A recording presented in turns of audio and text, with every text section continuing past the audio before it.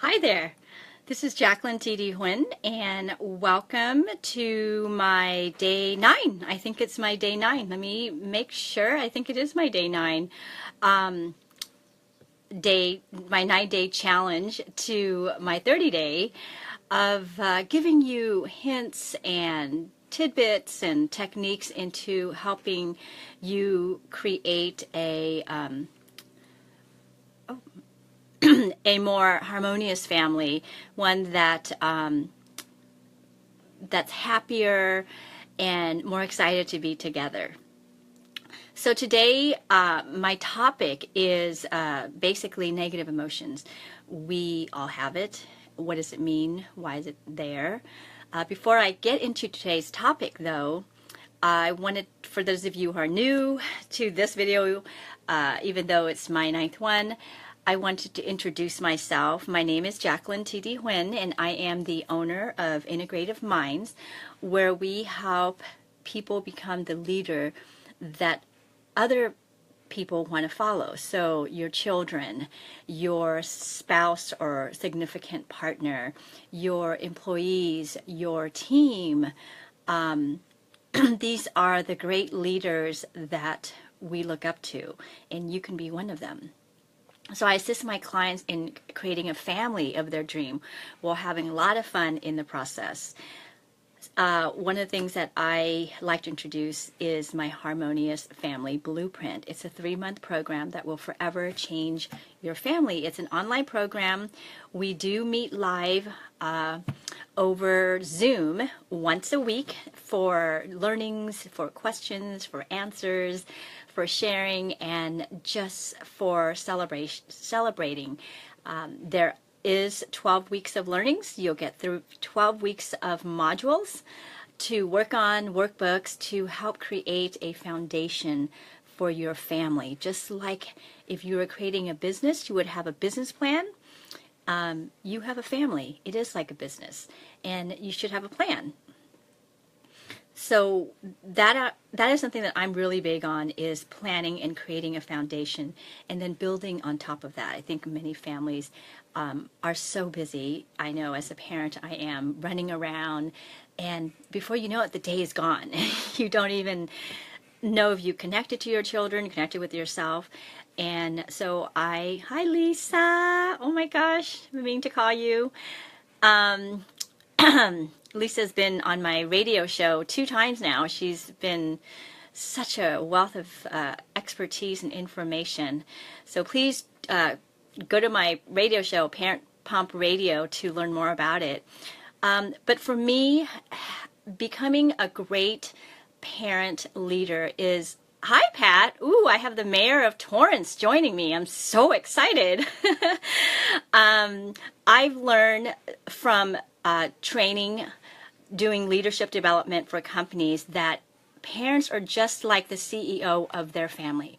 Your family is like a business that you want to become successful. So when you start looking at your family as if you are the CEO, and what is your vision for your children, just like any company would have, they would have a vision statement and a mission statement, and they know what their core values is.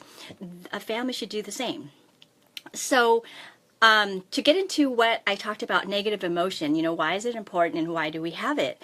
So in day 7, I talked about paying attention to your feelings and your emotions. And this is about emotional intelligence. In our industry, it's called EI. And we have assessments and tests to see where your EI level is. And so it's really important to pay attention to this emotion, because trying to figure out what the message your emotion holds for you instead of just reacting to them. And so many people, what happens is they either hold it in and then explodes, so it becomes a inappropriate expressing of emotion, or they pretend it's not there. Which makes it even worse. So I want to take a closer look at some emotions that most people think of as undesirable and negative, and see what they're perhaps trying to tell you. So there are 4 core negative emotions. There's fear, anger, guilt, and sadness or grief. Now, most of the time, these emotions don't make us feel good. And some people will react by burying them, as I said, or denying the negative emotion. Some people will lash out at others, and some people will just withdraw when they have these emotions. In any case, for most people, this type of emotion is something that they try to avoid. However, what I find in working with my clients, whether they are in business or in a family, is that when you become more aware of these emotions, it's actually an essential part of learning how to respond to them. Because when you avoid these emotions, then you don't know how to react to them. You don't know how to respond to them, and you just react. And you end up a lot of times apologizing for the way you reacted. So it's really helpful to think of these emotions as being signals for you, like blinking red, yellow lights telling you to slow down, stop, figure out what the message that they're sending you. Now, all of these so-called negative emotions are really signs, I believe, and from what I've learned for myself and my clients is they're signs for us to make small adjustments. If you just remember that, you'll be well on your way to becoming aware of their message for you. So let's take a look. Hi, Sergio. Love your empanadas. So let's take a look at the 4 core negative emotions and what they might be trying to tell you. So fear. Fear is a means of self-protecting, preservation. It's also a way for us to find out what we love. When you're afraid, look at what you fear losing. That's usually what it is. And you'll learn about your values. And we talked about values, I think, yesterday. Values are what's important to you, as well as the attachment you have in your life. So, for example, I had a client who was in a relationship, and the relationship did not serve her values, her core values.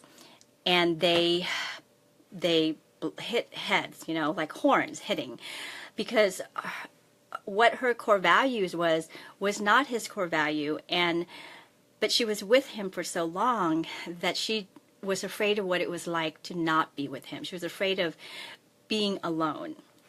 But when she figured out that the fear was what was holding her back, that the fear was just protecting her and preserving her, that it really wasn't serving her good, and she learned to release that fear and step into her light, she broke up with the guy, and she found so much more happiness in her life just by facing and asking herself, what am I afraid of?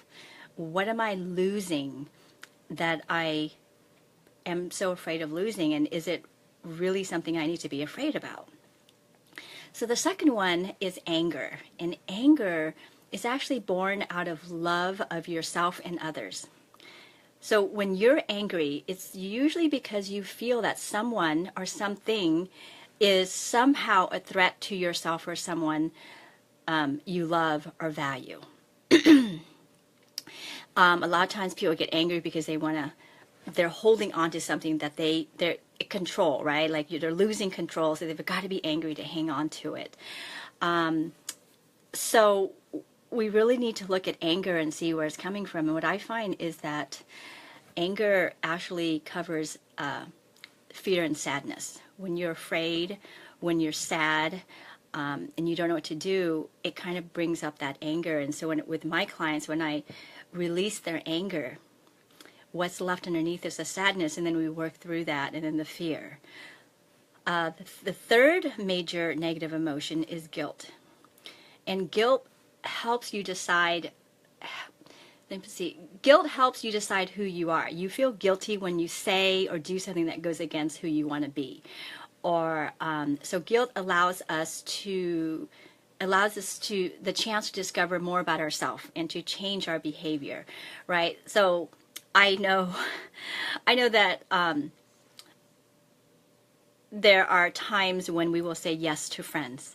For example, you have a friend that asks you to pick you up from the airport. I've had this happen, and I'm sure many of you have had it. Can you pick me up at the airport? Can you help me move this weekend? And you say yes, but you really don't want to, because it kind of goes against what you find important. Like for me, I'd rather just send them an Uber and have them come to me, because for how long it takes me to go to the airport and come back, I could be doing something else. And so it makes me feel guilty that, well, am I not a good friend if I don't go pick them up, if I just send an Uber to them? And same thing with helping move. I'm sure a lot of you are like, can you just hire a mover? I don't really want to do it, because sometimes you might get hurt from helping someone move your back and things like that. So when you feel guilty when you say something that goes against what you really want to do. And then the other one, the last one, it's not in order, is sadness. Or, in a deeper sense, it's grief. And grief and sadness helps you remember your vulnerability in this world. It keeps things in perspective and gives you the opportunity to grow. So it also teaches you about what's valuable, and it helps you learn more about how to appreciate life. So think of a time, really go back a time when you were really sad. And think of a time when you got out of that. How much you grew from that sadness. How much you learned to appreciate what you had then and what you have now. I know with my clients, through breakup, with relationship breaks, their company going out of business and they had to start over. And it was so hard for them to have to, file for bankruptcy and realize that it didn't work. I actually have a client in mind, and he was so successful, during that time where business was so easy, and then it almost like took his self-esteem away. But now he's able to, he's back to where he started, which is great. And we talk about that journey of, when he had to file bankruptcy, let go of everything, and now that he's back, he's grown millions times over as compared to other times. So embrace some of these negative emotion, because I can tell you that if you look back in your life, these times of sadness and these times of guilt and anger and fear were probably the times where you grew the most. So the next time you feel a quote-unquote negative emotion, to me, I don't really consider it negative, because you're learning something. So take a moment, reflect, and then respond in a conscious way instead of reacting to it. And see what you can do to embrace it. Because the more we push against it, the more it pushes back and it makes it harder. Sometimes just releasing allows that energy to flow into us, and we see what the real answer, what the real message for us is. Take a pause. Give thank to that emotion and look at it as a gift, as an opportunity for us to learn and grow. And I promise you, you're going to see that, as I have been through many things in my life that caused this, that these are all opportunities for us to learn a lesson, to grow in some ways, to change in some way for the better, for ourselves as a leader, for our children, and for our family. So what I've covered today is just, one tiny part of my 3-month program. I hope that you'll be able to join me for the 3-month program. We have 10 modules, so you're going to be going in depth, very deep dive in transforming you and your family. So in order to get into the program, I'm offering a 30-minute interview session so that we can talk about where your family's at, see if you're fit for the program, and if the program is a fit for you. And we are having a special early bird special before July 20th of this month. And if you sign up before then, you also get a bonus of 1 hour complimentary session with me. Remember that change can only happen when you take that chance and make that choice. When you master choice, you master your destiny. So email me at info@integrativeminds.com. The email is in the notes. And please, please share this video. And join me again tomorrow for my next live video. We'll be on day 10, I think. If you haven't seen the previous day, please go back and take a look at it.